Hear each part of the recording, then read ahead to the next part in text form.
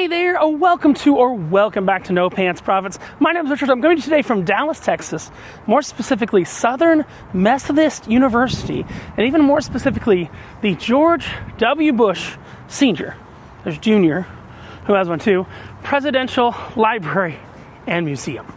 Now, I had a chance when I was going up north in December of 2024 to stop at the Jimmy Carter one, and that was literally right before Jimmy Carter died, and I didn't.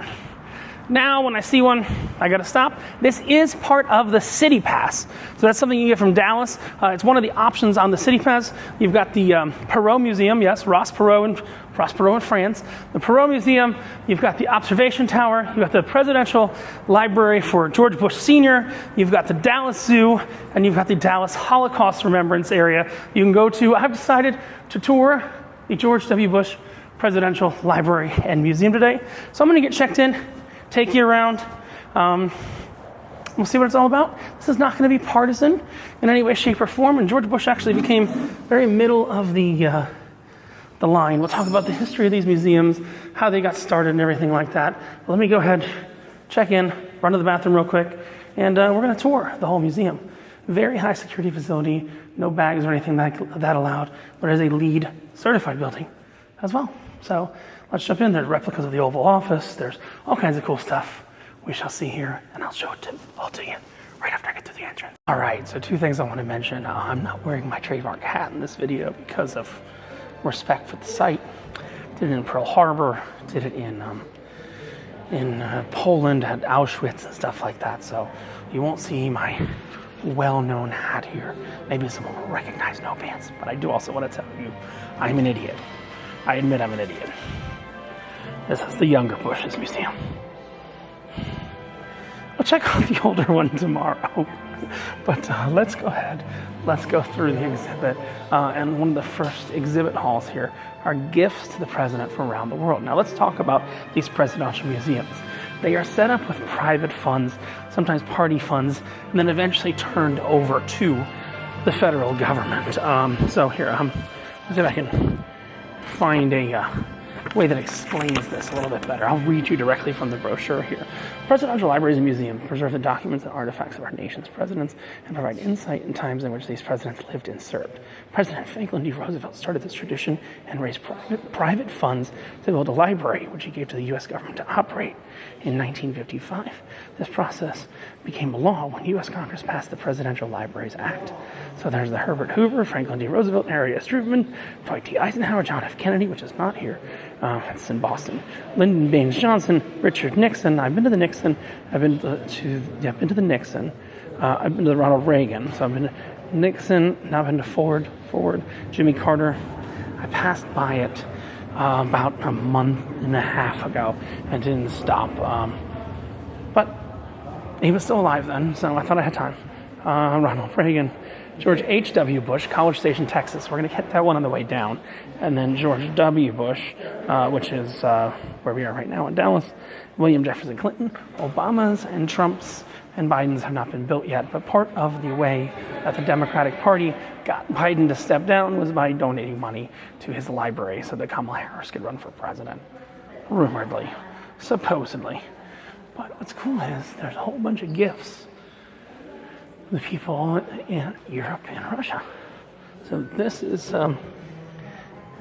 traditional Greek worry beads, crystal necklace, jewelry set, Italy, sabers. That's a Slovenian saber.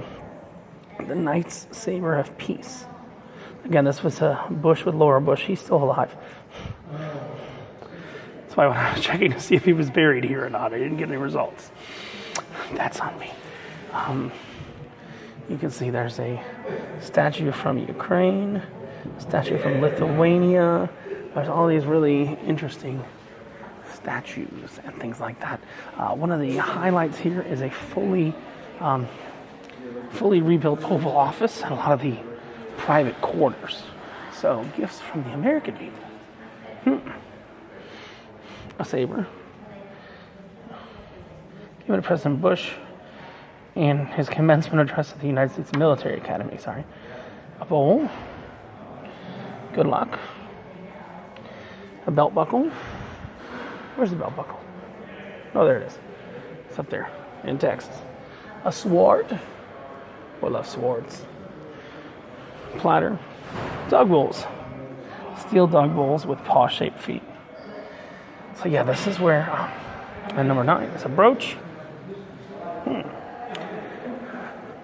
This is where, sign up to win a rare edition decision points personalized and signed by George W. Bush. So you've got, or they want your email.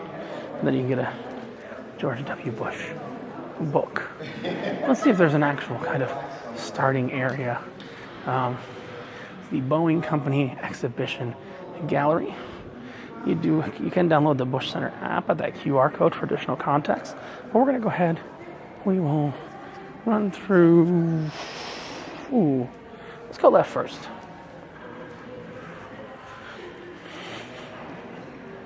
That's fine. We're not doing flash photography. This is going to talk about the life. This preserves the life and the times of the presidents. So, my background is more than an accent. It's an outlook. Optimistic. Impatient with pretense. Confident that people can chart their own course. Again, younger Bush.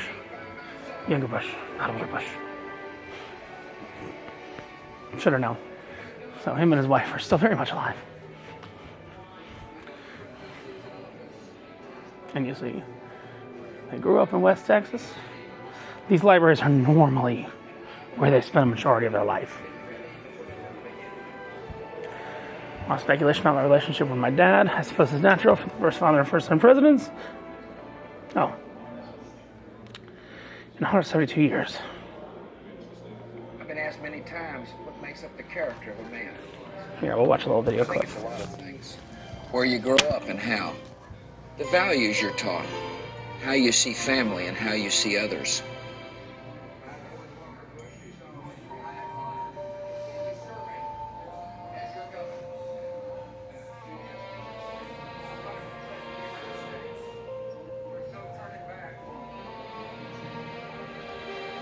Oh, there's all George Bush. I do like that I can just clip my microphones right there.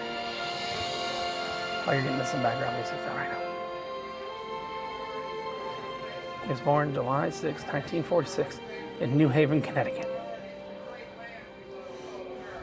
Now we had Jeb in Florida. I'm from Florida.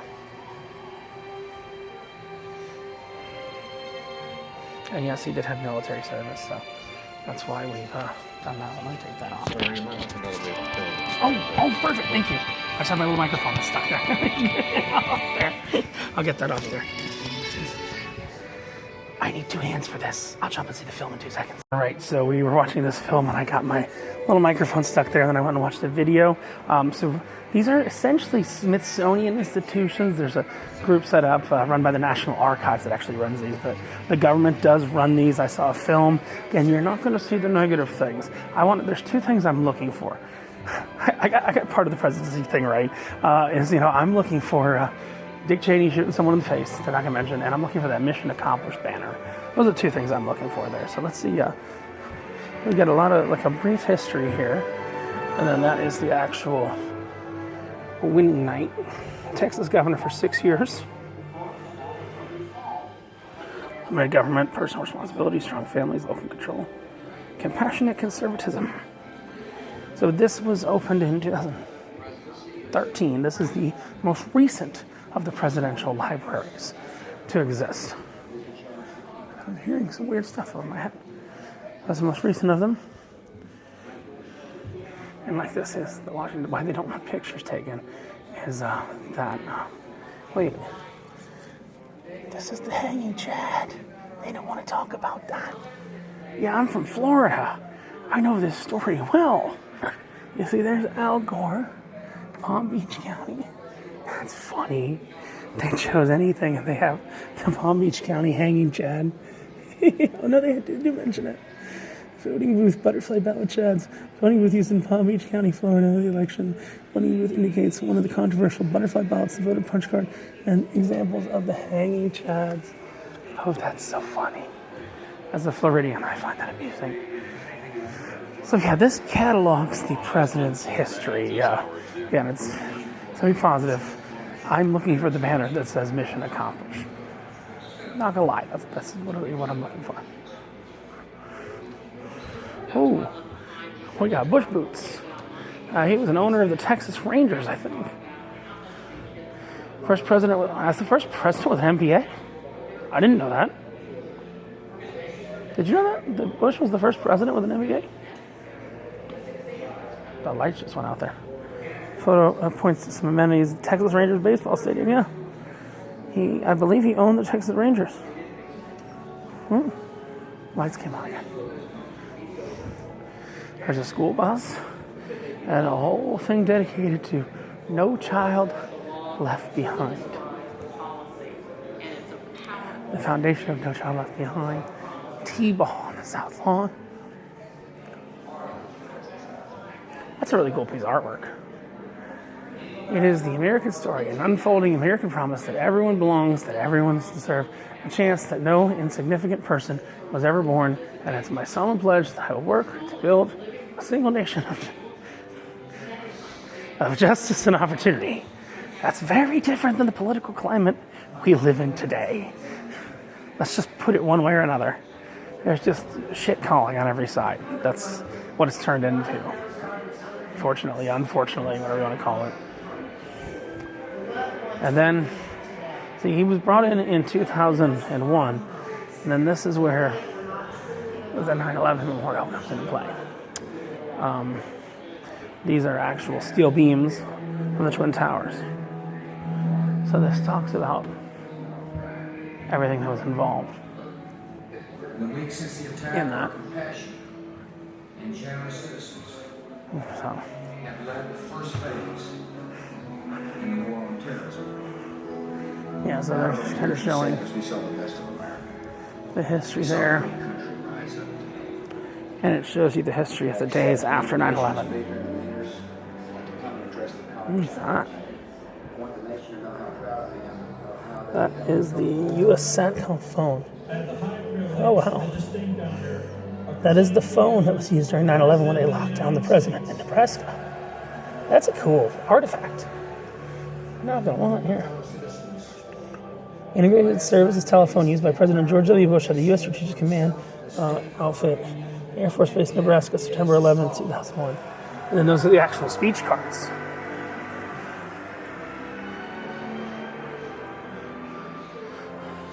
The Emergency Guide to the West Wing, handwritten.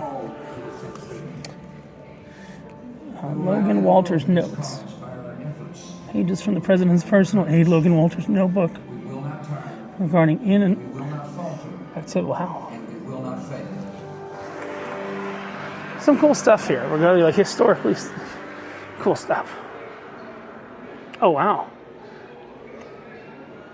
I think that's the megaphone used at the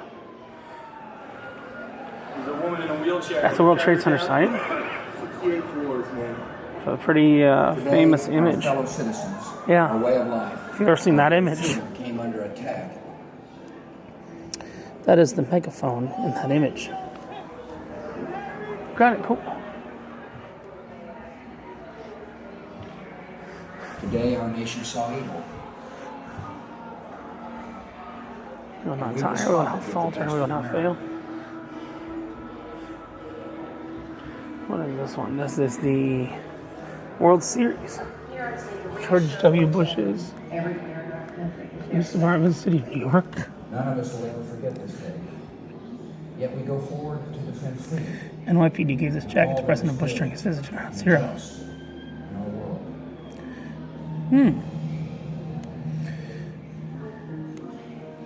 There's the original ball. Ooh. All right. And then a whole thing on the war of terror, war on terror, Al-Qaeda, and the Taliban. And it's a timeline.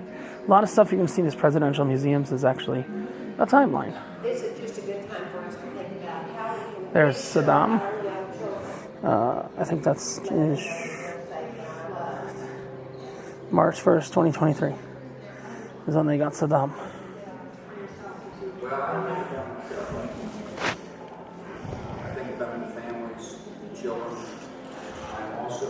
Oh no, that's probably not Saddam. I don't. That looks like that one's Saddam.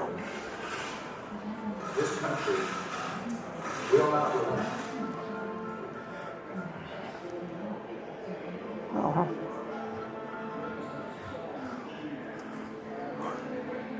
Yeah, that's an entire thing on terrorism, and explosions, and nuclear bombs. Oh, wow. It's a very cool map. Like I said, the presidents build this all themselves through donations and all that, and then turn it over to the U.S. government to run it. If you're a member of one, you can get into all of them. Oh, wow. What's that? No. Oh, that was the gun that killed Saddam. That was a gun that was with Saddam. Wow. Wait, let me read this. Pistol captured with Saddam Hussein, 13th of December, 2023. That's crazy. Those are bricks. Saddam Hussein. Oh, that's the one actually that was on Saddam. That is Saddam Hussein's pistol. Damn. Good evil cards. Exercise jacket. I wonder what Saddam Hussein's statue medal. Is that number 5? 94. Oh, that's a statue medal right there. Iraqi most wanted playing cards. Oh. Interesting. Exhibit. We go back. Oh. There's actually an Oval Office here that you can go into. That's the freedom of calling for our time. It's calling for our country. Defending the homeland. Yeah, so there's a whole recreation of the Oval Office back there, which looks pretty cool.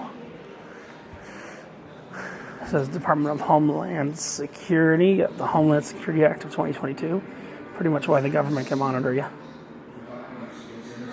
Also the largest government organization is the Department of Defense. It was created in 1947. In 2022, President Bush and Congress created the Department of Homeland Security to coordinate efforts and put those agencies together. So that's Border Patrol, Department of Transportation, Coast Guard, Department of Justice, Customs, Secret Service, and the Office of Management. That's really weird how the lights come on when you walk next to the exhibits.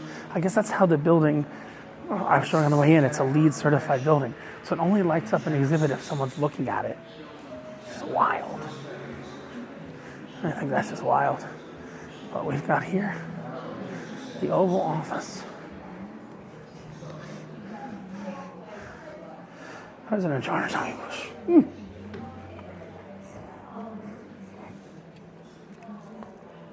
So this is like, I think other than the Resolute desk, this is the actual furniture that's in the Oval Office. It's an exact kind of recreation. Look at that. Yeah, other than... Yeah, isn't that interesting? So my daughter had, you should get her photo. Take her photo. We need a woman president.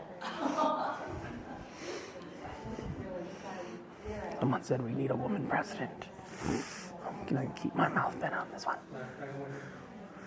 But you can actually see an entire recreation here of the Oval Office. I want to ask the lady when she comes in if anything is actually original here.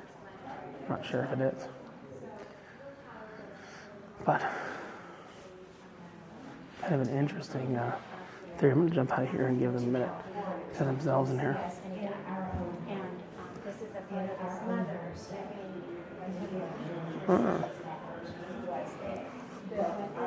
Commander Chief. Yeah, we're going to jump in there. We'll take a photo. And this is a display on living in the White House. There's not much known about the, publicly known about the public display about the residents in the White House. You know, you can go and you can tour the working side of the White House. But the residence is a slightly more private thing. That's where the family lives. So you can see everyone he gave the National Medal of Arts to. Who's that? Elvis? Smokey Robinson. Johnny Cash. That knows our dad. Ray knows Bradbury. that he is a hysterical Tommy person, Tune. and he loves to laugh, and he loves to make others laugh. And make sure that I'm not others familiar with feel comfortable. Kirk Our Douglas. parents are really funny. My dad makes us all laugh. National Humanities. So I think that was a good tool, especially during the years that he was president. I think you got to be able to laugh. I think a sense of humor is important in life. Oh, good God. I'm not going to say a word there. National Medal of Science. Just going to leave that right there. I was going to Yeah. start off tonight Just leave telling that right some there. self-deprecating jokes. Then I couldn't think of any mistakes I'd made to be self-deprecating about. If you take yourself so seriously that you can't laugh, I don't see how anybody's going to want to follow you.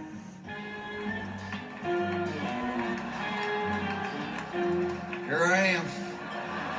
In my sentences, I go where no man has gone before. Nuclear proliferation. Nuclear proliferation. I was surrounded by people who are not only smart and hardworking, but knew how to laugh.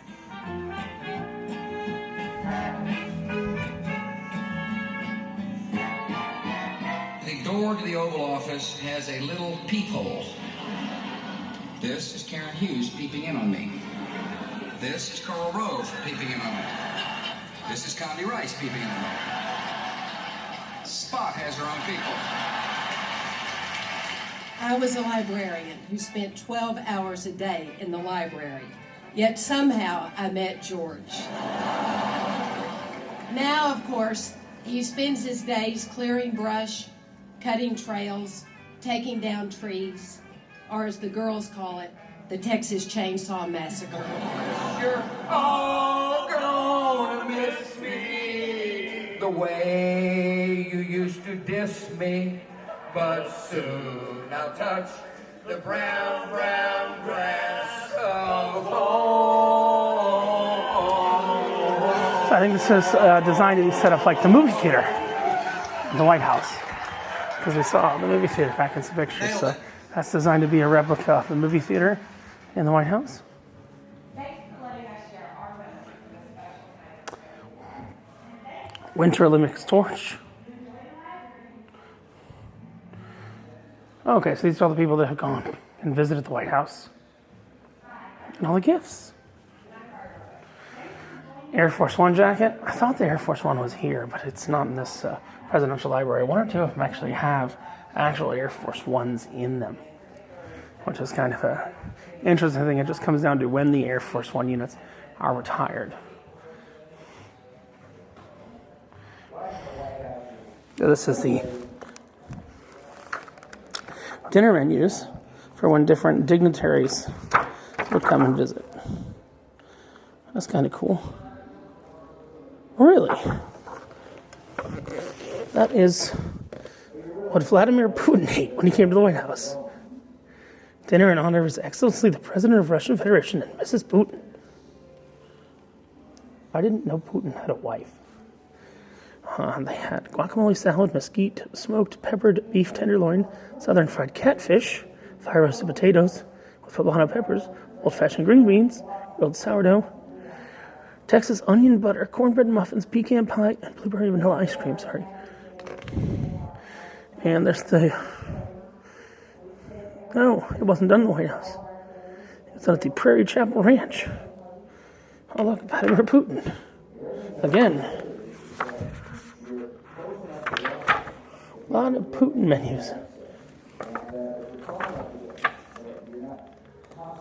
Sandra Day O'Connor. Well, that's nice. You can actually flip through it there. See what's going on there. There's the Rose Garden. All about the different food that used to be there. There's the dogs. You know that Trump is the first president in a long time, first modern president to not have any pets. Well, he has Melania. Ooh, that was a bad joke. That was a bad joke. That was a bad joke. That was a bad joke. I'm sorry. Don't turn it off. Oh, look, we can play about Barney's White House. How Barney finds his ball and gets it back. learn about his home along the way. Let's help Bernie find his bowl in the White House. President Bush invited T-ball teams to compete in the South Lawn. The T-ball teaches kids about sports and teamwork. Can you hit the ball for a biscuit? Ooh, I got a biscuit. Oh, I have to hit many times. Each year, the First Lady decides how to decorate the Christmas tree in the Blue Room. Now it's your turn. Star. Oh. Really boring Christmas tree. That works. Yay, I get another biscuit. Maybe I can get 4 biscuits, 5 biscuits. The White House press rooms where important announcements are made. Get a biscuit. What do I like to do? Sleep. Wow, that was hard. More biscuit. Oval Office. What? Oh, you have to match the presidents. Washington. Eisenhower. Lincoln. Eisenhower. Eisenhower. Washington. Lincoln. Lincoln. I still got it.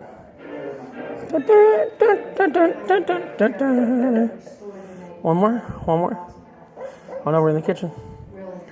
Drag the plate to make a sandwich. Honey. Oh, he likes Elvis sandwich. Peanut butter and honey sandwich. There are the dogs. Okay, we're going to light the Hanukkah candles. I didn't know that. He was the first president to do Hanukkah in the White House. And is even ordering the candles correctly. No matter where I drag them, they put them where they belong.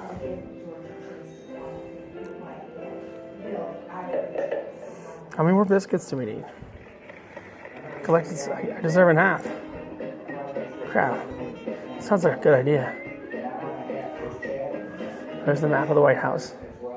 So where we went. Okay. That was cute. Not gonna lie. Oh, hard to get up. But that was cute. Is it time? No, let's look outside. Then we might go sit in the Oval Office at the Resolute desk. Ooh. It's the Texas Rose Garden. A little different than probably the DC Rose Garden looks just like this. But this is what the Rose Garden looks like in the White House, right outside this Oval Office. It's actually I've been to the White House before, not on the channel. It's actually a pretty damn good recreation. I've also been to the Texas Governor's Mansion. So I've been to 2 places where Bush has been before.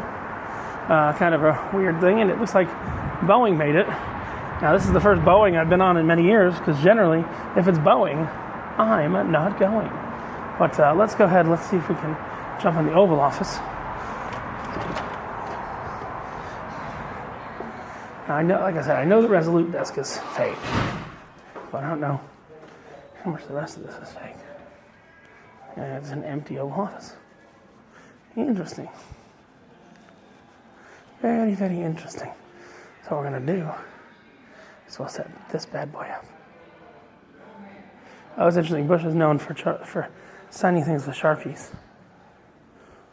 That's funny.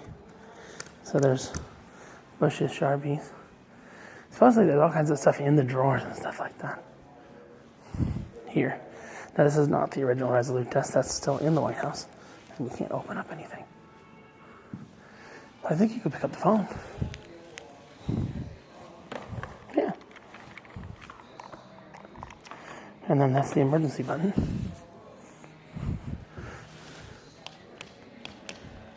And then there's a clock. But you can actually sit in the chair. So you go to the desk. HMS Resolute forming part of the... Okay.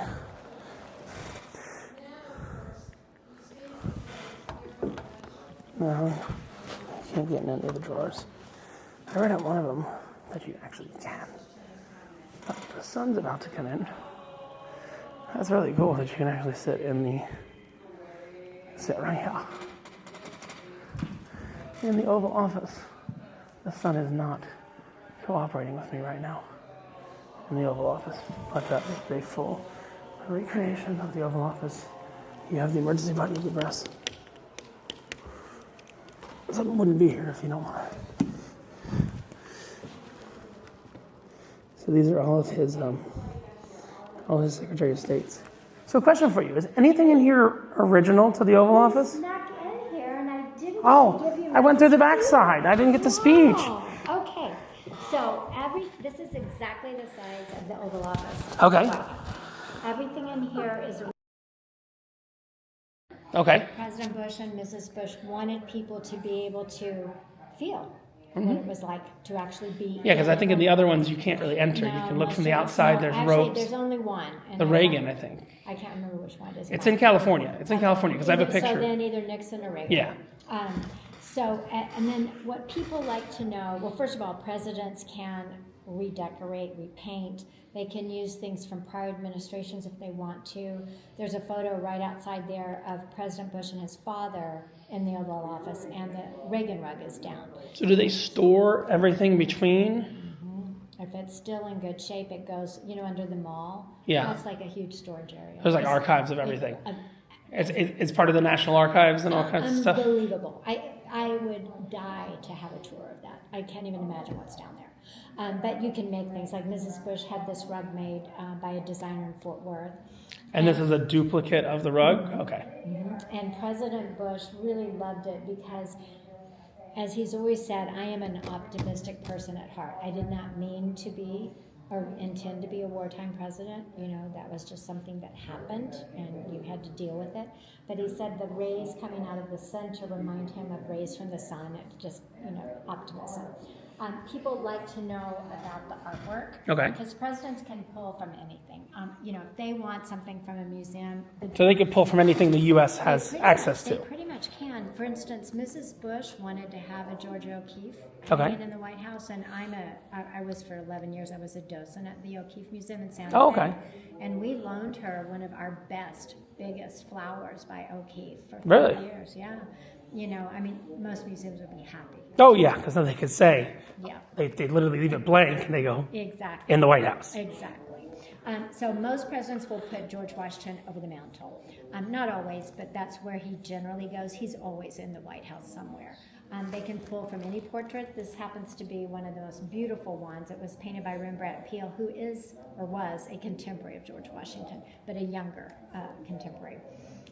These 4, 1, 2, 3, 4 are by Texas artists. That's the Alamo up there. Okay. And that kind of reminds President Bush of home. It's a bit of what is the word I'm looking for? Forced perspective? Or? No, it's a bit of a, tradition, thank you. Oh.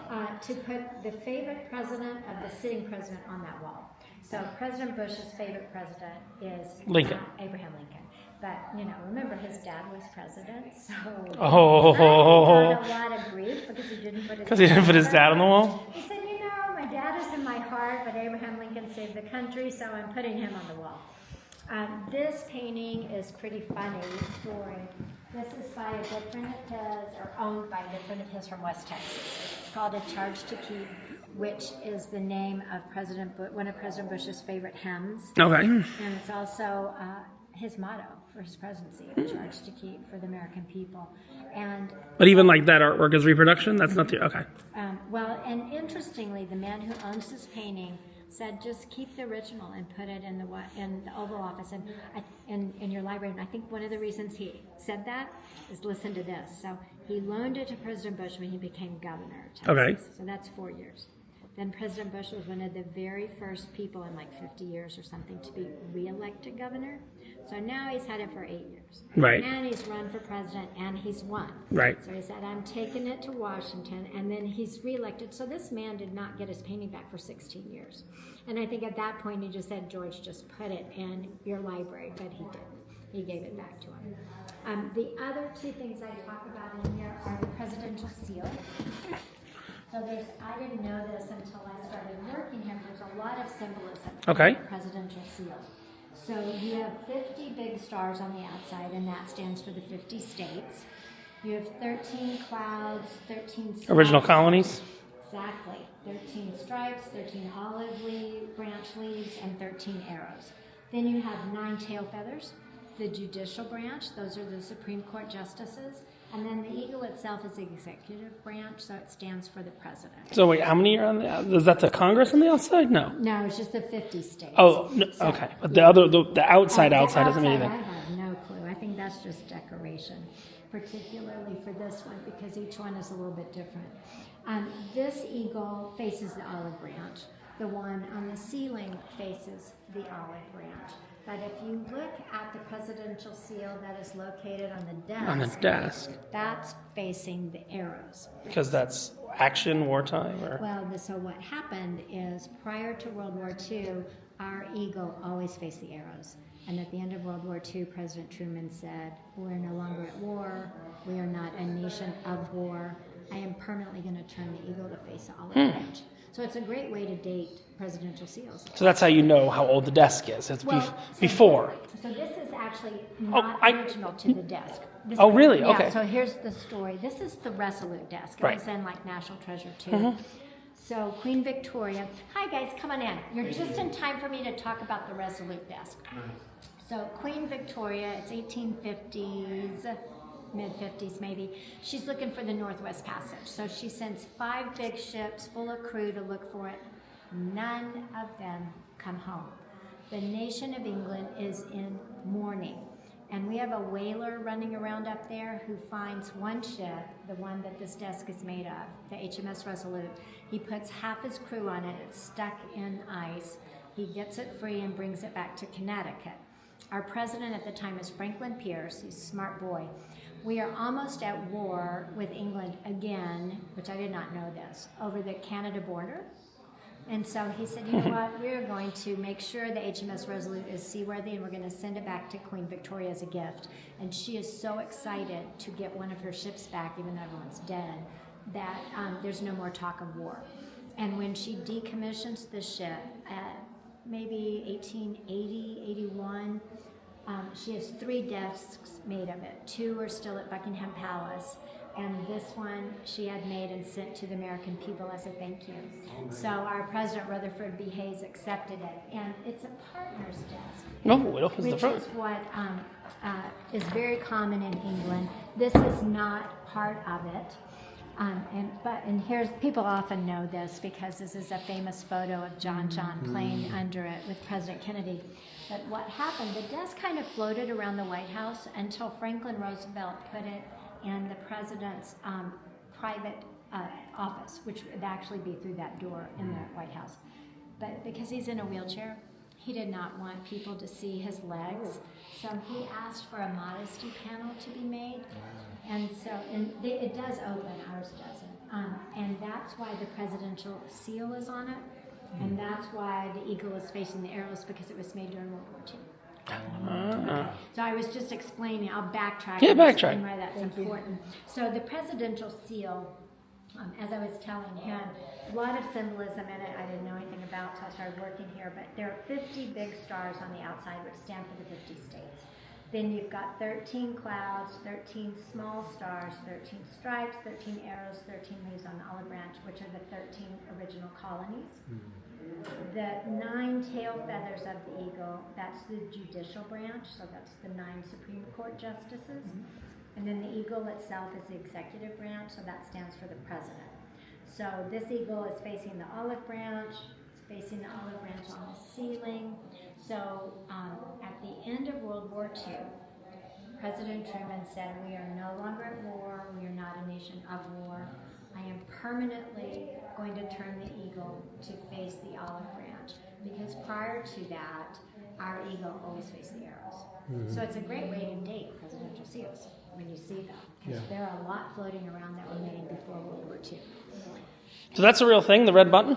So the red button is actually calls his assistant. So you had one here, and you had one here. I think he was one of the first presidents to put 2 chairs there so that, you know, you have a head of state here, you're going to entertain them and talk to them here, instead of talking across a couch.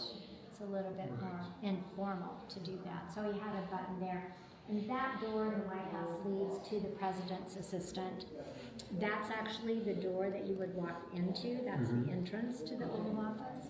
And then this one leads to the Rose Garden, and we have a small one out there, about a third the size. But what is new news, when you walk past there, you'll see that there's a presidential seal on the brick wall out there and a low fence. The Bushes decided about 1.5 years ago that when they pass away, they are going to be buried out there. Yeah, so that's kind of a big deal. And I think it took a long time to get approval, like city approval. Because this is in a cemetery, you know. Yeah. But, you know, his father, his mother, and his little baby sister that died when she was about 4 are buried at his father's presidential library. Oh, right. Yeah. And that's like 2 hours away or so, right? Two and a half? Station is about 3.5. Yeah. So that's an interesting museum because his father was head of the CIA. He was also ambassador to China. So you have more of his not personal life, but more of his public life that's not part of the presidency. President Bush, when he made this library, said, look, so many things happened when I was president, and I made so many controversial decisions that I want people to be able to come in here and read and hear what I heard, minus the top secret stuff, and then you decide what you would have done. You know, it's not easy being president. So when you walk through here, like you'll go into this next room, and then as you go in through this door, and that side you're going to be in the humanitarian side of the Bushes, which is actually really important to read, especially about the president's emergency plan for AIDS relief. But as you pass that, there's going to be what's called decision points, and there should be one of me standing over there to explain that to you. But it's kind of a simulation in that you choose a topic, and then you hear from advisors on either side of the issue, different levels of the topic, and then you have 4 minutes to decide what you would have done. Oh, okay. So you get everything but the top secret stuff. So was really wanted people to have information, which I think is good because a lot of presidents, don't do that. It's buried in an archive because there's an archive on site too, right? It's all down below. Okay. All down below, exactly. Yeah. So that is part of the National Archives, technically. It is, and it is run by the National Archives Research Agency. But this is not federal ground? NARA used to run this library, but they gave it back to whomever. So it was federal ground at some point. Yeah, it was, yeah. And then I already went through this with him, but a lot of people want to know, All right. so presidents can redecorate. We're going to come back in a minute. I do want to take a picture in the Oval Office for sure. Just one of those things that you got to do, but you got to do it when no one else is there. So let's take a look. I want to see the things she was talking about.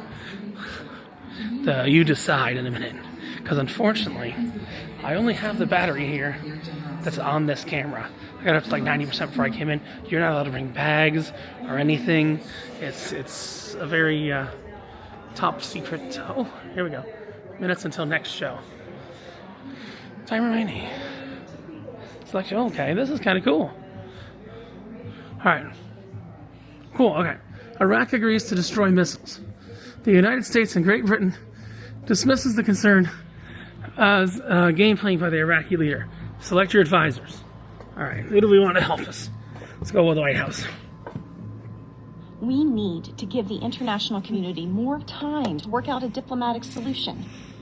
In any case, the U.S. shouldn't undertake military action to depose Saddam Hussein without the support from key allies, such as France and Germany. Yeah. I'm going to go with, hold on, just another advisor. Ordinary people the world over are expressing their opinions on whether the U.S. should go to war against Iraq. The drumbeat of criticism has been loud, and it's growing. All right, player one, disagree.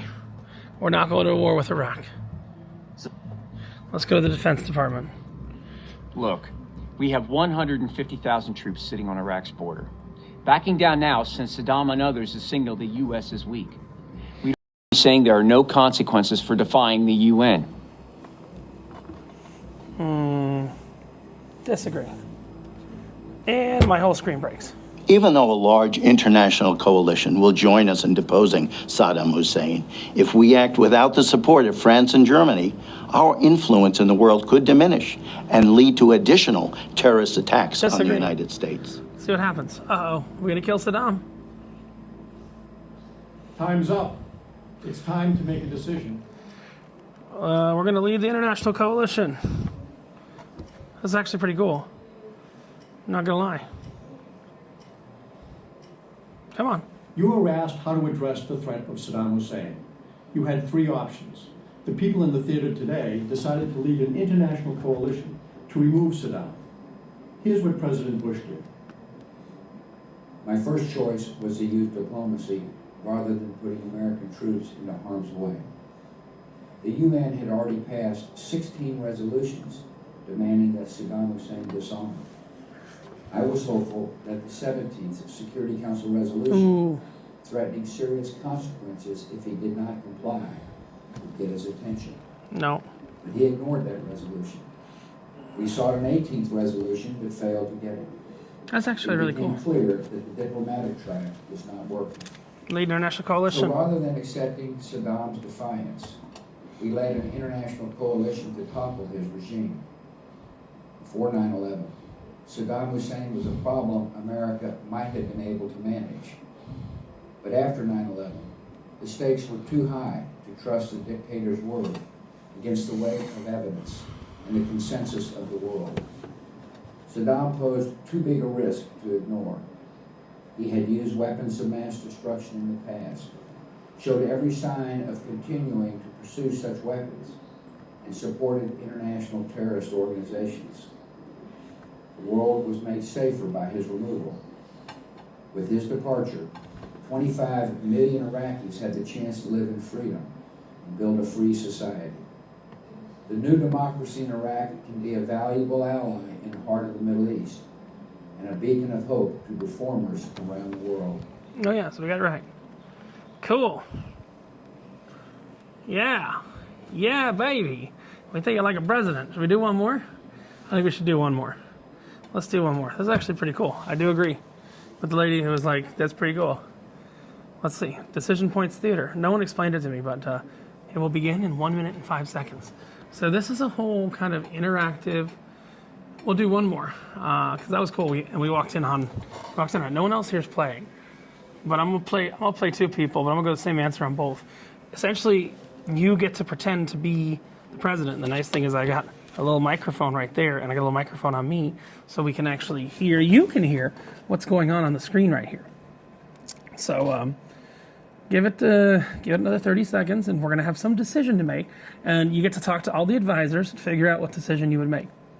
I agree. I'm gonna go back and tell her this is actually cool. It's like a iPad game. I walked in the middle of it, so we'll do a full session so you can kind of see what's going on. Actually, what we'll do, I'm gonna put one of these mics over here.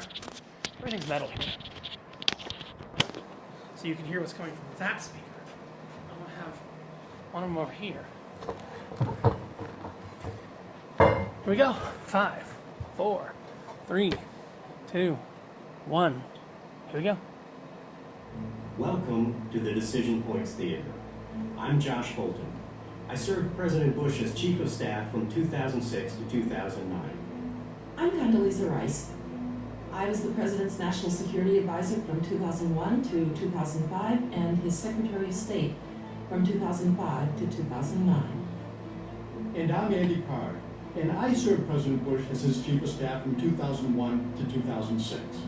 George W. Bush made many tough decisions as president. Now you'll get a flavor for what that's like. Take a look at the list of scenarios in front of you. First, you will select which one you want to tackle. You'll get a briefing, hear expert policy advice, and vote on what to do. Financial crisis. Experts will not agree We're no among pants themselves, profits. but your job is to We're no make a pants decision. profits. You'll have to work fast. This experience is time, and you may be interrupted by late-breaking news. Uh-oh. Let's get started. Use the touchscreen to choose one of the decision I'm points. the only person. I get to choose it. We're going with the financial crisis, The baby. majority of the theater chose the financial crisis. Crippling mortgage crisis, home ownership threatened. Lehman Brothers is filed for the biggest bankruptcy in history. Extremely nervous markets. Housing markets have collapsed, which has signaled to the world that a large variety of assets are overpriced. As a result, large financial institutions are teetering on the brink of collapse. The financial crisis has led to a panic as banks and other financial institutions have stopped lending money to each other. There is a real risk that the entire financial system could collapse. President Bush had to make a choice. 1. Allow financial institutions to fail and let markets stabilize on their own. 2. Use federal tax dollars to stabilize financial institutions. You are about to select expert advice from a variety of people. Just as President Bush did, you will have to weigh conflicting points We're doing of a view. bailout, On baby. your touch screen, each of you can record your reaction using the slider bar. At your station, you will see how your reactions may impact your ultimate decision. And here on the main screen, you'll see a combined view of all the players in the theater. That's cool. Okay, we're ready to start. Work fast. The clock Shit, we got is 4 ticking. minutes. Here we go. Business community. Our nation is facing a crisis, but spending hundreds of billions of dollars to rescue Wall Street is a mistake. We can't afford it. In the end, it will benefit financial executives at the expense of taxpayers. Using federal funds to stabilize banks and other financial institutions will stabilize the economy, and that will unfreeze credit markets, which will enable businesses to make payroll and carry out day-to-day operations. Choose another advisor. Treasury Department. We should let the market work. The fallout could be severe, but it's not the government's role to bail out those who acted irresponsibly. If we bail out bad actors, we give them an incentive to game the system at taxpayer expense. Ben Bernanke, baby. He's about to do some breaking news. The Federal Reserve steps in again to help Wall Street. Morgan Stanley and Goldman Sachs essentially becoming traditional banks. They'll all be subject to a lot more regulation. Uh-oh. Large financial institutions have already failed. There is a panic in financial markets that threatens to collapse our whole system. We need to restore stability now by investing a large amount of federal dollars. This will end the panic and give the markets a chance to recover. We know what Bush did. He bailed the banks out. Come on. We're facing a crisis of historic proportions. Dramatic action is necessary, or we could fall into a second Great Depression. Once the crisis is over, the Treasury can recoup federal funds invested in financial institutions and allow the markets to return to normal. It is not the proper role for the federal government to inject capital into private business, even in a crisis. Plus, the Treasury is asking for a blank check on short notice. I think we're about Hundreds to get breaking of news. billions of dollars could be wasted. Senate. There is no guarantee that investing in the financial system will stem panic and the taxpayers will get their money back. We shouldn't shield failed institutions from the consequences of their... Oh, the largest single-day point drop ever in U.S. history. The credit markets have seized up. There's virtually no American who is not feeling this one way or another. mistakes. Hundreds of billions of dollars is a small amount of money to risk. Hundreds of billions of dollars is a small amount of money to risk when compared to the cost of allowing our financial system to collapse. If we save the system, these institutions will be able to pay taxpayers back. Disagree. Choose another advisor. We have 1 minute and 20 left. Taxpayers. The federal government shouldn't spend my money to bail out the people on Wall Street. That's right, baby. They caused this crisis. You're right. This Breaking news. financial crisis is not just restricted to U.S. shores. The global economy is slowing. Nobody wants to lend. So it's coming back to bite everybody. Instead, the government should be helping struggling homeowners. Agree. Helping Wall Street helps Main Street. We all need a working financial system. If the crisis continues, businesses will fail, and we may face a huge recession or worse, a Great Depression. This time, sorry. Wall Street banks, last one, 30 seconds. The government needs to backstop the entire system. If only troubled banks get federal money, it could cause a run on those banks and make the crisis worse. Healthy banks can quickly repay the federal funds without additional government controls. So the last guy. Some financial institutions have more than enough capital to survive the crisis. It may help stop the panic, but it's unfair to make them take federal money. Agree. They'll face new government restrictions, even though they've acted responsibly. Okay. The government needs to We have done through all of them. What's about to happen? I don't know. 1, 0. We know Bush did the bailout. We know it happened. Tell us anyway. Time's up. It's time to make a decision. Well, Bush used federal tax dollars. That's all I'm saying. But I'm going to allow the institutions to fail. You were asked how to address the financial crisis. You had two options. The people in the theater today decided to allow financial institutions to fail and let markets stabilize on their own. Here's what President Bush did. Bailed everyone out. In the financial crisis of 2008, I chose to use federal tax dollars to stabilize financial institutions. I was angry that our largest financial institutions would put us at risk of falling into a Great Depression. But that did not change the fact that if our financial system collapsed, a lot of Americans were going to get hurt. We needed to end the panic in financial markets. So I decided the federal government would inject taxpayer dollars into the banking system. This helped restore order and confidence, freed up more money for banks to lend, and gave the financial markets a chance to recover. It's going to reset in about 30 seconds. Ultimately, choose not the finance one or the Saddam Hussein one. Choose another one. Because I've already seen those two. So you can stay after. Because it polls the room. So if we're all fighting, so you can see those other two. So it'll ask on the screen in about a minute. It'll ask which scenario you want to play. There's 5 of them. It's actually really well done, I have to say. When you see the whole thing, I caught the end of the Saddam Hussein one, and then I did the whole finance one. But I don't remember the other ones. There's like an AIDS one or something like that. But it'll only choose the one that the majority of the room chooses to vote for. So like if this place is full, it gets kind of interesting. And then you have to work through, it's kind of like, have you been to Disney before? You know, like the test track thing where you design your own car? Right. It's like a presidential version of that, but then stuff happens on the screen that changes it. It's like a video game.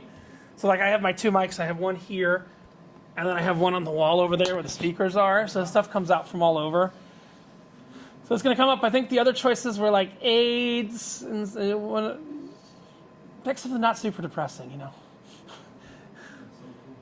But give it a second. It's worth watching a cycle of it. Cycle's 5 minutes. But we'll decide together, or else the room will lock up. So that's because if it's even, then it's just going to go no, pick again, no, pick again. So I build tech stuff, and I'm impressed by this. That's how well this is done. So give it a second. I thought the woman was pulling my leg back there, but no. I've already figured it out, so you don't need someone here to explain it, is what I'm trying to say. Let's see.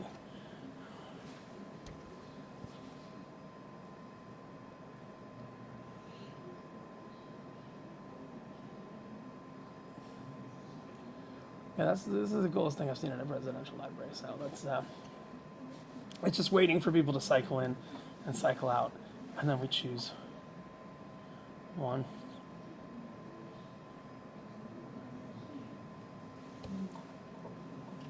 Yeah, you can both play on one screen. It'll split the screen in half. It splits the screen in half. So here we go. 10, 9, 8, 7, 6, 5, 4. We're doing one more round of this, and we'll check out the rest of the museum. 2, 1, here we go. Welcome to the Decision Points Theater. I'm Josh Bolton. I served President Bush as Chief of Staff from 2006 to 2009. I'm Condoleezza Rice. I was the President's National Security Advisor from 2001 to 2005 and his Secretary of State from 2005 to 2009. And I'm Andy Card, and I served President Bush as his Chief of Staff from 2001 to 2006. George W. Bush made many tough decisions as president. Now you'll get a flavor for what that's like. Take a look at the list of scenarios in front of you.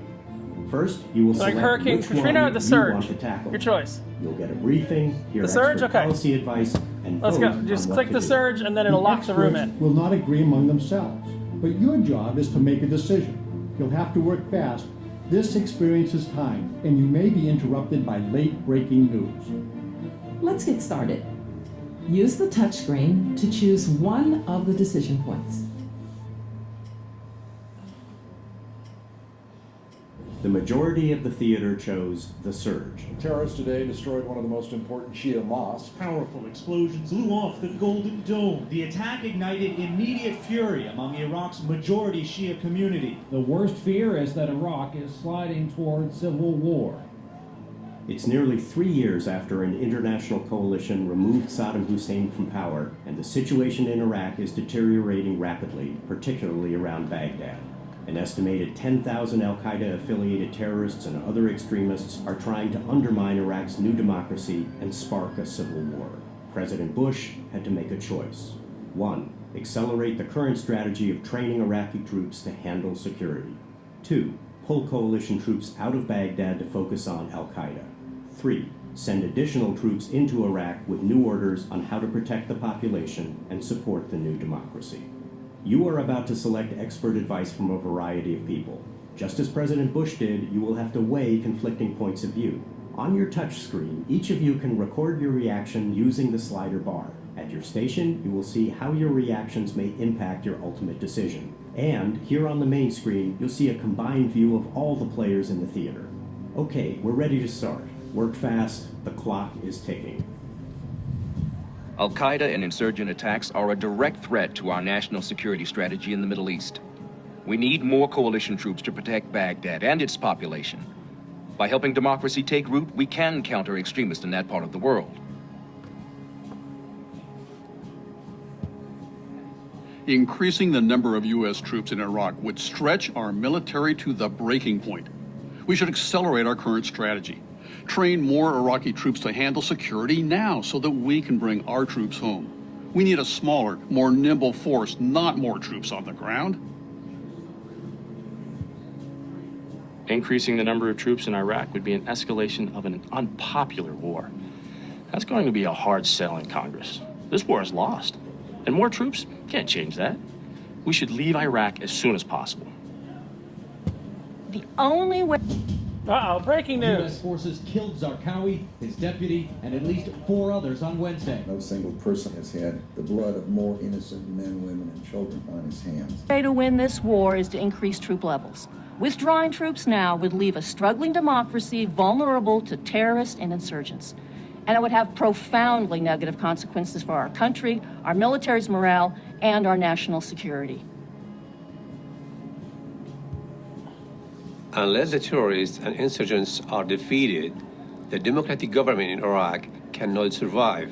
By increasing the number of troops in Iraq, the U.S. gives Iraq a chance to build a stable democracy. We needed American troops to remove Saddam, but now Oh, more breaking the news. United Nations now estimating 100 Iraqi civilians die each day. The sectarian violence, if not stopped, Iraq could move towards civil war.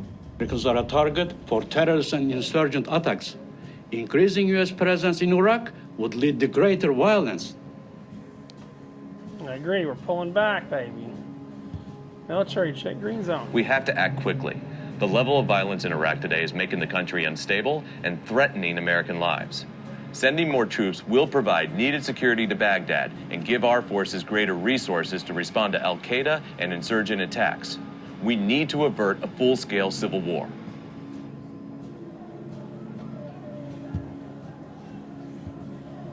Increasing the number of troops will not reduce the violence in Iraq. We've done good work. Increasing the number of troops will not reduce the violence in Iraq. We've done good work in this country, but I've been here long enough to know our presence inspires resentment. Iraqis will have to end the sectarian violence themselves. All right. We only got a minute. We must win the war. That's Hillary. If we pull out before a stable democracy is established in Iraq, we will make it more difficult to bring peace and stability to the Middle East. Listen to this guy. The war is extremely unpopular in some European countries. Increasing troop levels will further. More breaking news. 5 car bombs exploded Thursday, the bloodiest attack since the war started in 2003. Look, I want to let these Iraqis do this shit themselves. Okay, let's go one more advisor. We have 36 seconds.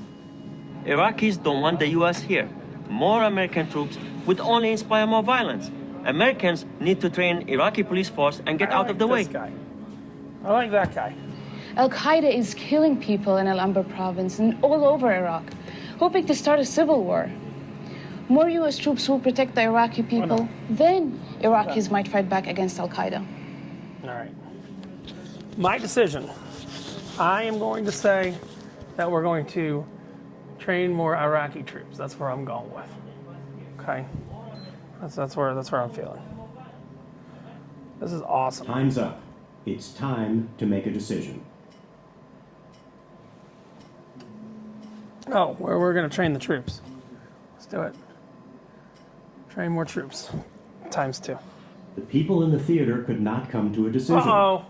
The president did not have that choice. Here's what President Bush did. More troops. I don't have more troops. I chose to send additional troops into Iraq. I know you did more troops because you're a dumbass and a warmonger. Was in our national security I know I'm in your interests. museum. By defending the freedoms of others, the United States gives people across the world a compelling reason to stand with us in our fight against violent extremists. By surging troops into Iraq, our coalition was able to better defend the Iraqi people and give them the time needed to shore up their new democracy. Sorry, Georgie. The surge, as it became known, was a success. It helped break the back of the insurgency, gave Iraqis a chance to settle political... George is a warmonger and his vice president is the head of Halliburton. That's what they should be saying, but we're not going to say that because it's his museum. Oh, you went with increased American troops. Yeah, because you knew that was the right answer. It was like the last one I was like, don't bail out the banks. And then I got yelled at for saying don't bail out the banks. God damn. That was cool, actually. I really like that. That's probably one of my favorite things I've seen in the presidential museums. I'm going to stop the recording for just a minute because I do want to get some photos here in the Oval Office. Oh, maybe. Yeah. Well, the whole team's here.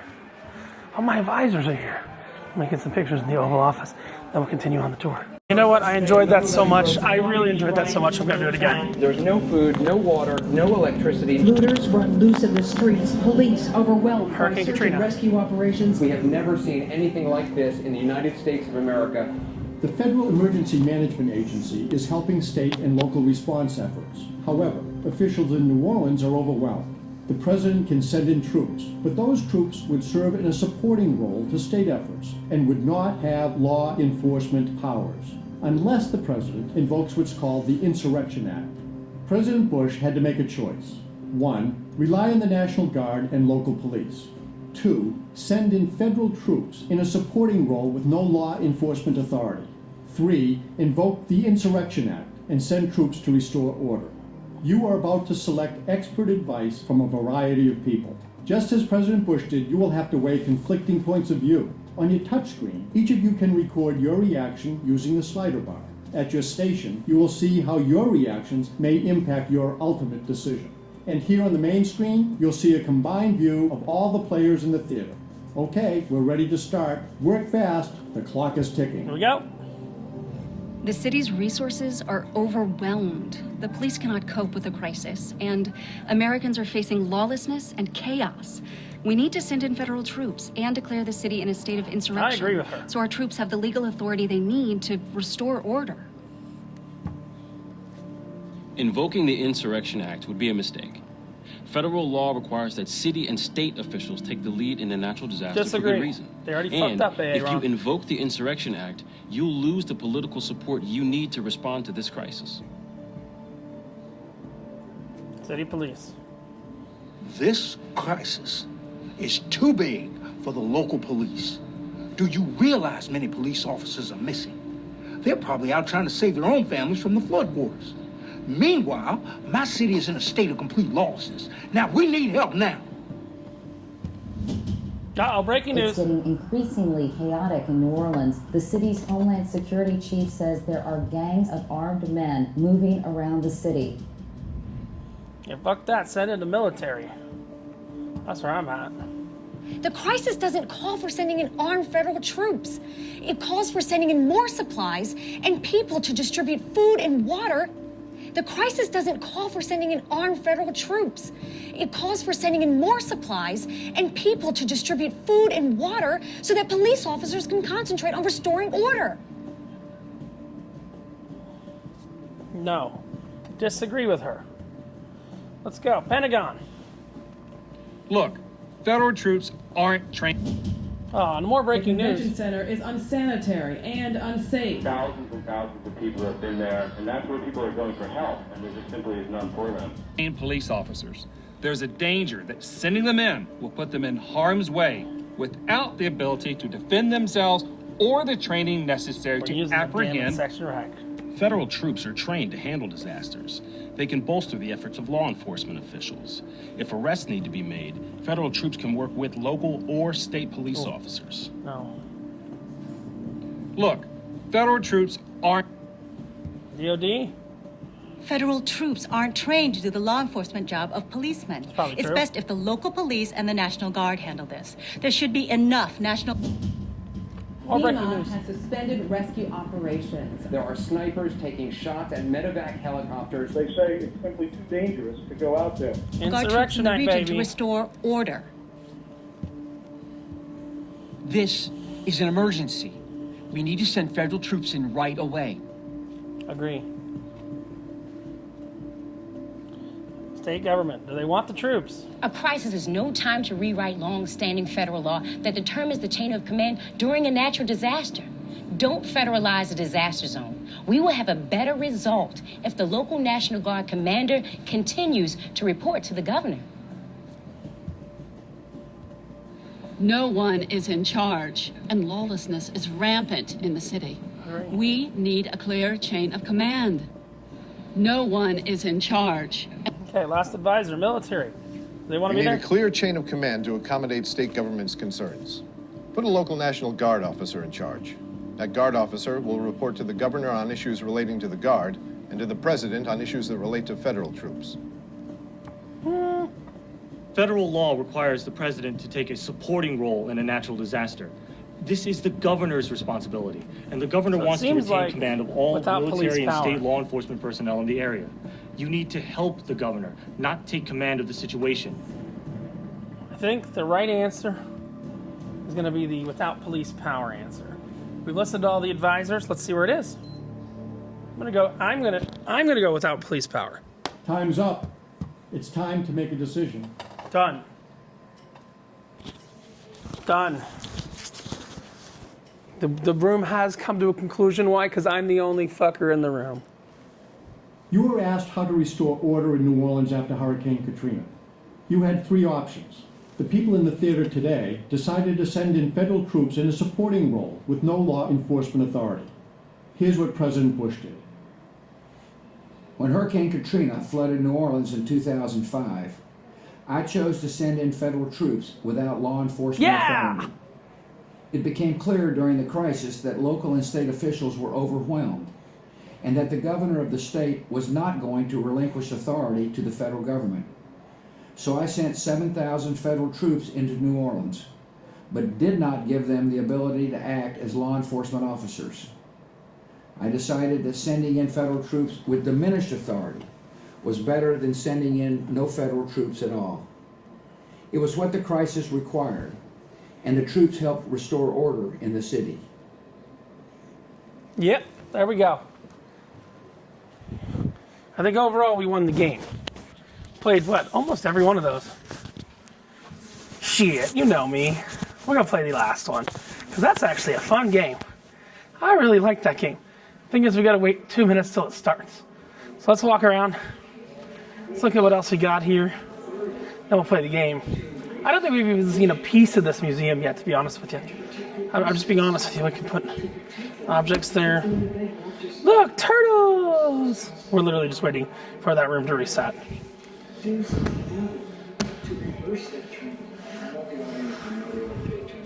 All right, yeah, this is, oh, come on. Where's mission accomplished? Oh, shit, I can't pay attention to what's that actually? The AIDS stuff's not there.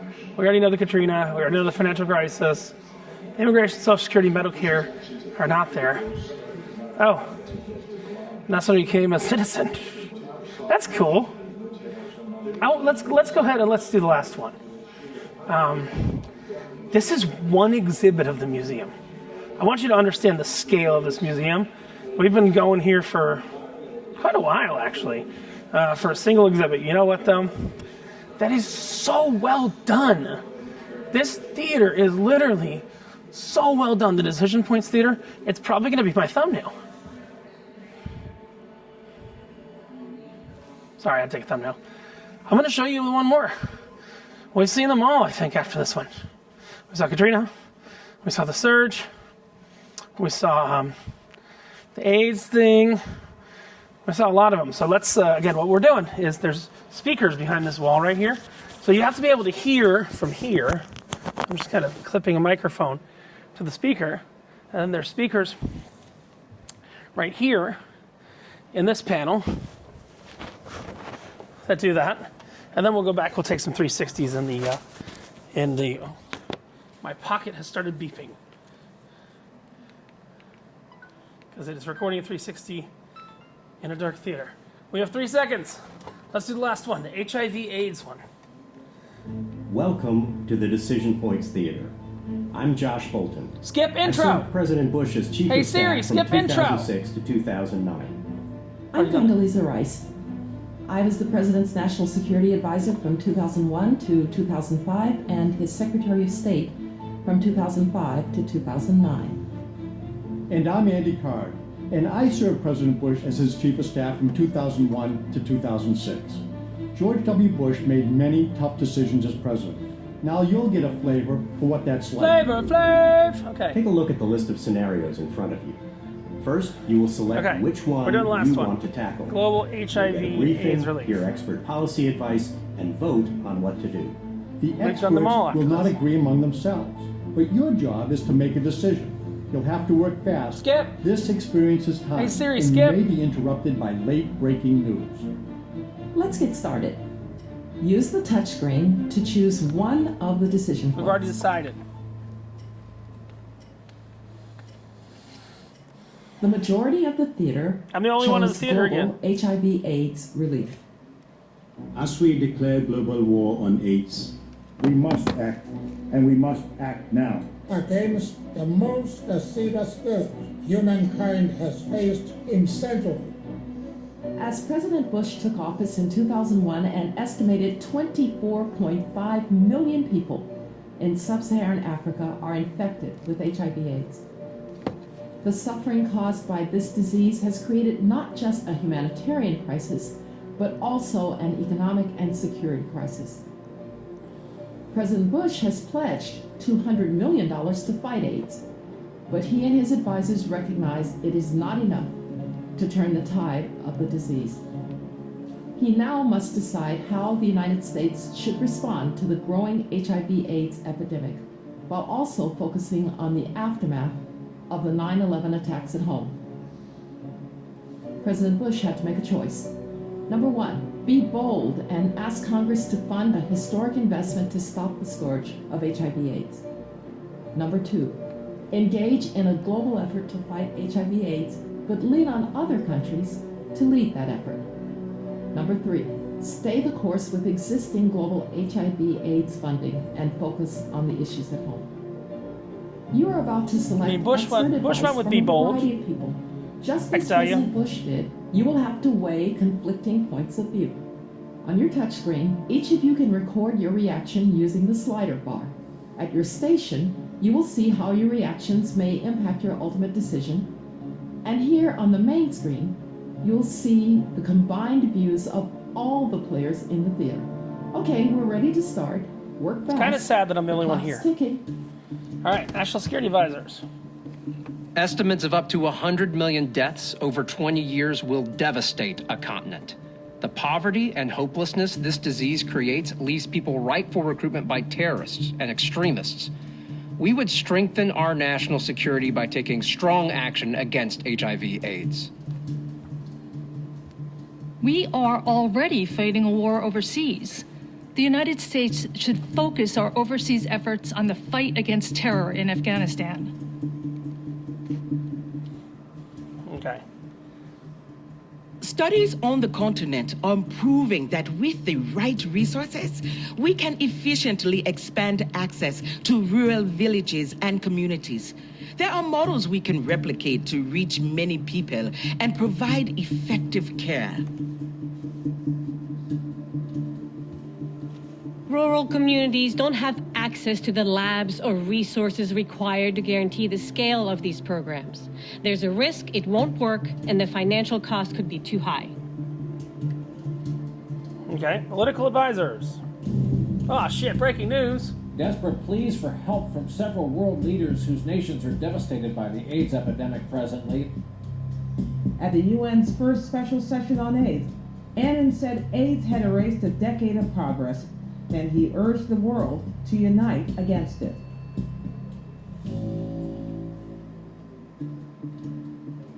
All right, so I need new advisors. Political advisors. Political advisors. Shit.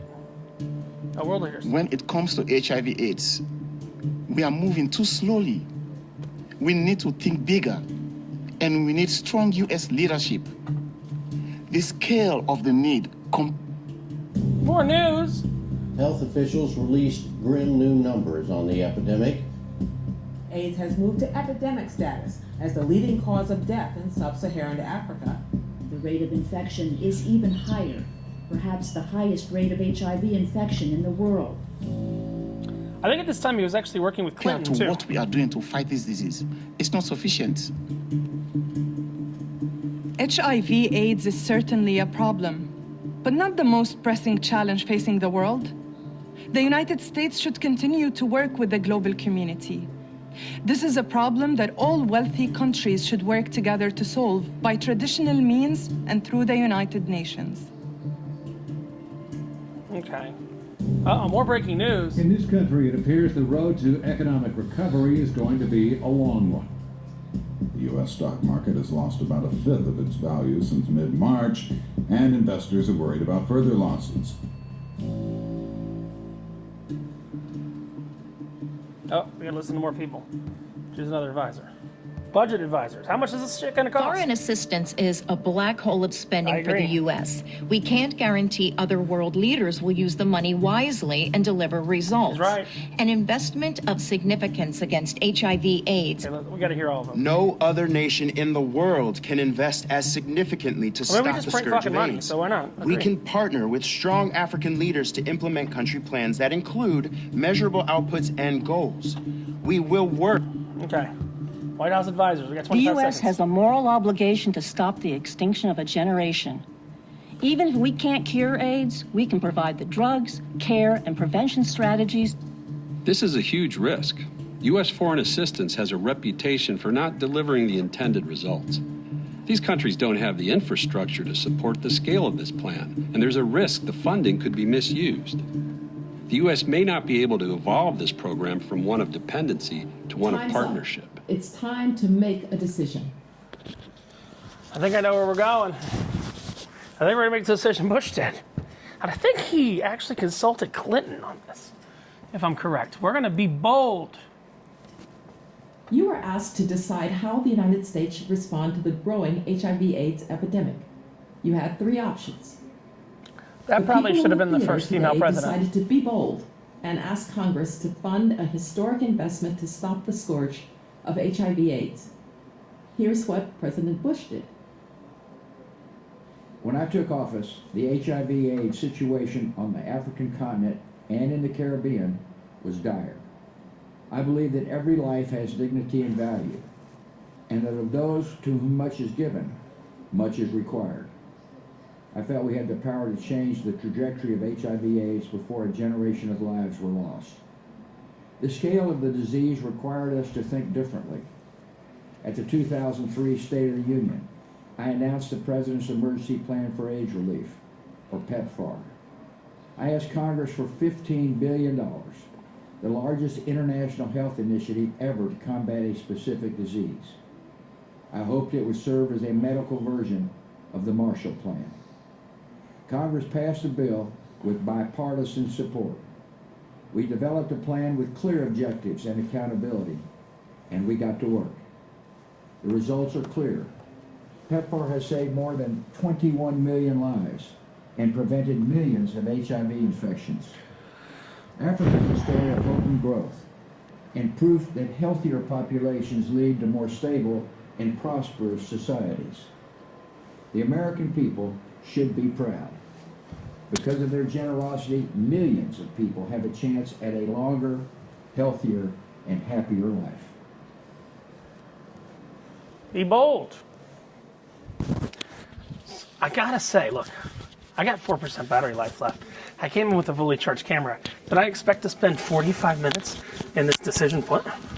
Yeah, it'll work. In this Decision Points theater? No. Was it fantastic? Was it a great piece of tech? Did they really come up with something really, really friggin' cool? Yes. Now, I'll be honest with you. I haven't found any signs on boats that say mission accomplished yet, because I don't think Bush wants to be remembered for that. But I've made it through one of the exhibits here. I think I showed this. That's so cool. It's like you go from president to citizen. I am very excited to check out the other Bush Museum tomorrow. But we're going to go down to College Station and see that. Explore life with the Bush family. You can see him working with Clinton, Mark Cuban, everything like that. Highly, highly have to recommend this. Again, I've been in one of the 3 galleries here. Freedom Matters. Oh, that's a temporary exhibit, but the main exhibit we have actually seen. That is, those are LED screens. God damn, we always spend a lot of money on LED screens. Yeah, God, that is not cheap. It's a couple $1 million in LED screens, which is insane. But here, no flash photography, please. We're not gonna see. We'll see what's in here real quick. But definitely. What in the hell is this? These are like lasers? Flip up. Oh, these are all projections. That's kind of cool. But 1% highly recommended. Come see the Bush Museum. It's incredible, and yes, it's the younger Bush. Give yourself an extra 45 minutes to an hour just in that Decision Theater. I'm going to go back, take some 360 video and photos in the Oval Office because it's a beautiful Oval Office. But yeah, young Bush. We'll check out Old Bush tomorrow. This is included in the City Pass if you get the Dallas City Pass. But yeah, I've been here for 2 hours, and honestly, they're closing, and I haven't really, I don't think I've really scratched the surface here. Very, very impressive. And like the lady was saying, there's so much more underneath us. Yeah, I mean, incredible. And look, there's multi-millions of dollars LED screens. So Richard from No Pants Profits, before my battery runs out, saying that when you wear no pants and you go to the presidential library, the only thing you have left to lose is your shirt. Oh, we got a couple seconds. Should we let it die? No, we don't want a corrupted file. See you later. Don't lose your shirt. Bye.